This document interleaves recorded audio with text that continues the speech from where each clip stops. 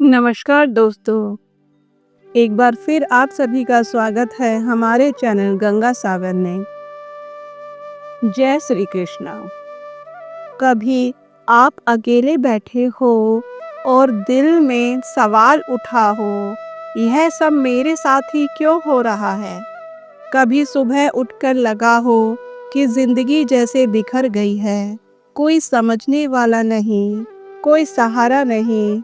अगर हाँ, तो यकीन मानिए, यह वीडियो सिर्फ आपके लिए है, क्योंकि आज हम बात कर रहे हैं उस सखा, उस परमात्मा, उस मार्गदर्शक की, जिसने सिर्फ अर्जुन को नहीं, पूरे मानव समाज को जीवन का रास्ता दिखाया।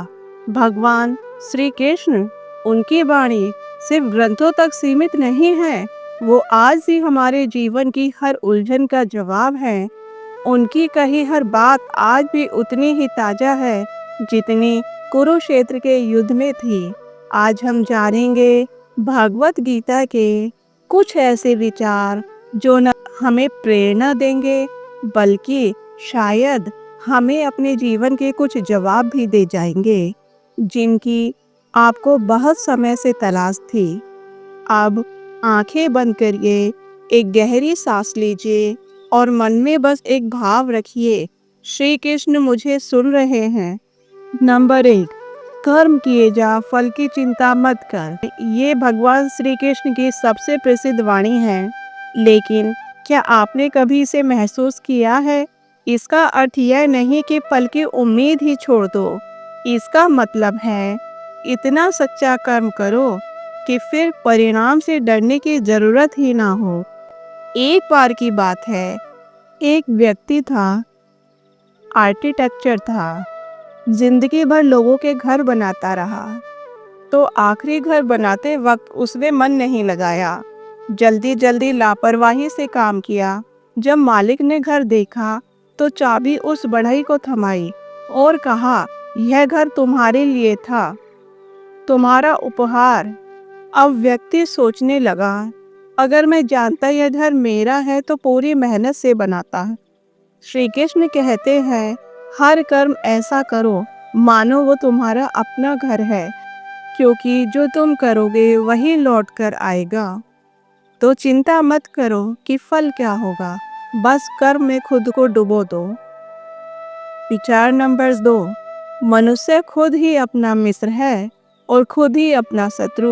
हम बहुत बार भगवान कृष्ण से कहते हैं, मेरा साथ कोई नहीं देता, लेकिन क्या आपने खुद को कभी पूरी तरह से अपनाया है? कभी अपने मन से दोस्ती की है? श्री कृष्ण ने कहा है, जिसने अपने मन को जीत लिया वही असली योद्धा है। महाभारत में अर्जुन युद्ध भूमि में खड़ा था, सामने अपने गुरु, अपने भाई, अपने परिवार के लोग थे। कांपते हुए हाथ, डगमगाता हुआ मन। तब श्री कृष्ण ने मुस्कुराते हुए कहा, अर्जुन, तेरा सबसे बड़ा युद्ध सामने नहीं, तेरे भीतर है।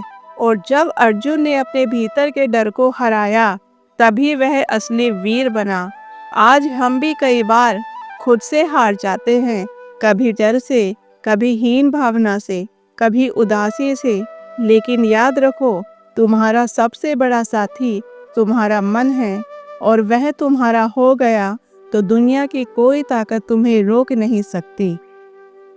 नंबर 3, जो हुआ अच्छा हुआ, जो हो रहा है वह भी अच्छा है, और जो होगा वो भी अच्छा ही होगा। जब हम ये बात पहली बार सुनते हैं तो हमें थोड़ा गुस्सा आता है, क्योंकि जब बुरा हो रहा हो तब कैसे कहें अच्छा हो रहा है। लेकिन श्री कृष्ण की यह वाणी सिर्फ दिलासा नहीं है, यह गहरा सत्य है। एक बार एक युवक को बड़ी नौकरी मिली थी, पर वह ज्वाइनिंग से ठीक पहले उसका एक्सीडेंट हो गया। नौकरी चली गई, वो हताश हो गया। कुछ महीने बाद उसी कंपनी में घोटाला हुआ और सारे कर्मचारी जेल चले गए। वो बच गया क्योंकि एक्सीडेंट ने उसे रोका था।